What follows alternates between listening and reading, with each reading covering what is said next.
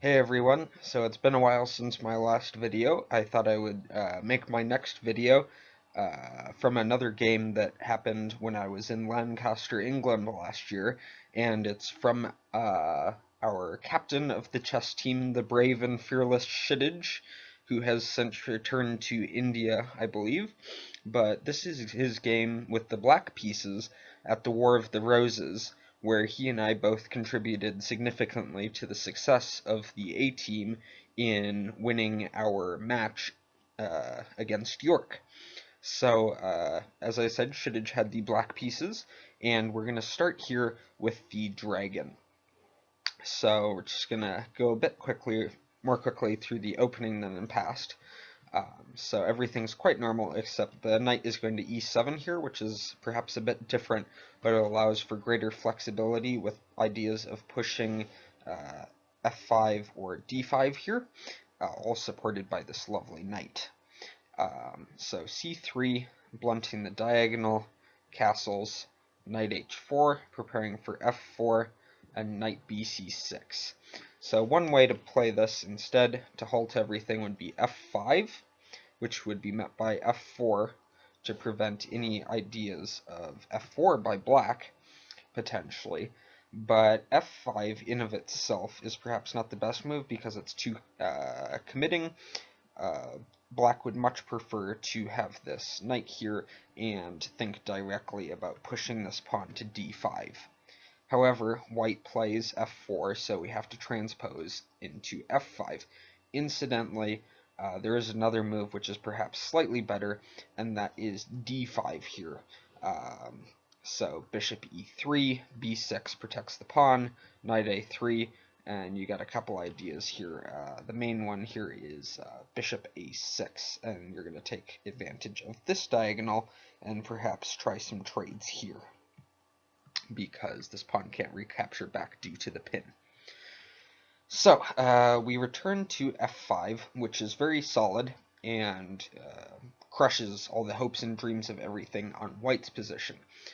White isn't really fighting for anything, black has completely equalized, so from now both sides have to be searching for an advantage. So, this knight here is probably best if it's immediately returned here to f3, because it's not doing anything, and it's significantly a better idea than what white played in the game, which is h3. So basically his idea is he's just going to push g4 and then try for some trade-offs on this f5 square. However, it's too committing, and if we look here at the queen side, absolutely nothing has been developed, and the king itself is going to be opened up. So black is much too solid in this case here for anything bad to happen. So this is actually damaging white's own pawn structure here, if we'll notice these pawns that will be left after some trades. And he now is searching to equalize himself. So king h8 gets out of the way of any of the diagonals or files that might be open with rooks on the f or g file. Perhaps not the best move, but objectively it does remove oneself from any danger. So g4, continuing with the plan at the very least, and qc7. Queen c7 starts to open up some lines against the king here, and also does prepare for ideas of launching these pawns here, and fianchettoing the bishop here, and basically ramming the queen side down white's throat, which is a good thing since he hasn't really developed yet. Another idea instead of queen c7 would be d5 here, and that just busts open the center, and this is perhaps even better of a move. So likely that white will recapture on f5, and we take back, and black has this nice pawn structure in the center, and is likely to fragment white's kingside pawns soon, which is quite good for Kshitij. So anyways, we return to queen c7 here, and now white decides to capture on f5, voluntarily breaking apart his own structure here. So we recapture with the e-pawn because we want to maintain integrity ourselves, and knight f3. And this, quite frankly, is too late to admit that he's wrong here in this situation. He should have returned his knight to f3, as I said, before any ideas with h3 and g4 maneuvers. So now we have rook b8. So this move is a twofold purpose. One, it gets out of the way of the diagonal here, as we will hopefully start to move our own queenside pawns forward soon, and that gets the rook right out of the way. And additionally, it also supports this pawn coming directly to here without necessitating this pawn move to a6. So all altogether very nice, developing another one of black's major pieces.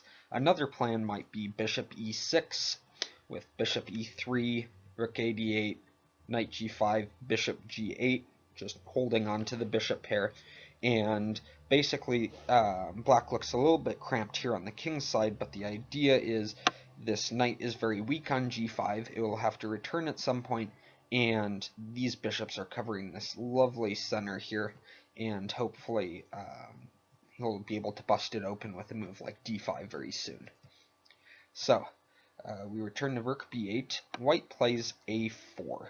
So this is actually quite a temporary plan, very short-sighted, and doesn't actually do anything, doesn't manage to meet its goal of inhibition or prophylaxis. Basically, he's trying to stop this idea of b5, but as Kshitij shows, you can force it through with a6, and you're just going to push b5 anyways. There's no way to stop it. If white tries to meet that with a move like c4, this diagonal really starts to open up here against this a1 rook, and black's dark squared bishop is just going to wreak havoc, especially as white's queenside is still not yet developed. Another move instead of a6 would have been the very interesting c4. Another idea to try and break up white's queenside pawns. So if we take, because it looks like a free pawn initially, now we recapture on e4 here as black. Knight comes to g5. Our knight moves forward. He can recapture on e4, and now we go knight a5. So we're going to try and capture that pawn on c4. Looks like you can defend, but queen b6 and knight, this is check, so knight will be able to capture, and this knight will start coming into h4. We're really putting our knights on the rim here, but it's because white's position is quite fragile here. So, as Kshitij informed me, he did see this line, but because of time pressure, he did not want to get into any complications and decided to keep his small edge, which is an admirable practical choice. So, rook e1, b5. Let's continue with our plan, be consistent. So e5 pushes forward, tries to make something of the rook on the e-file. So we take, we don't want to allow too central of a pawn. And okay, so after bishop b7 here, which puts the bishop on this knight's diagonal and meets the bishop on g2, white plays a couple of in-between moves with a takes, we return a takes, and d4. So he has this nice pawn chain in the center, and he's trying to make something of it, but the problem once again is all these pieces are still not developed. So we just respond, rook bd8. This rook is now jumping to a better file and will attack this queen here. This pawn is now pinned. So knight g5, and this is where we really see Kshitij's brilliance come into play, because he'd seen this move far in advance and realizes it actually does nothing. White's best move to hope for maintaining something close to equality would be queen c2 here, and then his pieces can finally start to be developing off the back rank. So now we'll take a look here at what happens. So we just take back here on d4. Oh no, looks like we're going to be forked. So knight e6, queen b6. So now the question is, which rook do you take? Now if you take the one on f8, we're going to interpose a check here with a horrible, horrible, horrible position for white. So that doesn't work. So instead we have to take on d8. So rook takes back, c takes, and now rook takes. So if we look at this position as to where it was a couple of moves ago, black has quite correctly evaluated the weakness of white's center. White's pawn chain no longer exists here, and there's still this lack of developed white pieces. So black's bishops are really scoping the board, and all of his pieces are quite lovely in the board. So queen e2, which actually does not work here. Queen f3 is the only way to try and hold on. So let's look at why qe2 doesn't work. So we play rook d2, check, queen e3, take, and the bishop is hanging. And this is because none of these pieces were developed since the beginning of the game. So, king f2, rook takes c1. Now, white is trying to consolidate a bit here and plays rook c3. So there is a way to be consistent and finish off with good technique. If you play something like rook d1, king e2, it's starting to get a bit sloppy and you're losing a bit of the thread of the game. White's pieces are managing to get in somewhat. So rook takes c3, just trade everything down, and you're quite fine in this position. So knight takes, and now we take the last center pawn. So it looks a little bit scary. You've got 4 minors against 2 minors and a rook, but you've got so many pawns. All your pieces are in the center of the board here. The bishops are just scoping. They're beautiful, and white really has nothing because black's pieces are so well coordinated. So if we initiate some pawn trades, black's pieces open up even more. So knight takes b5, king g7, rook d1, and bishop a6. Puts it on a better diagonal, attacks the knight, and we're all set. So I'll go quickly through the rest of the game,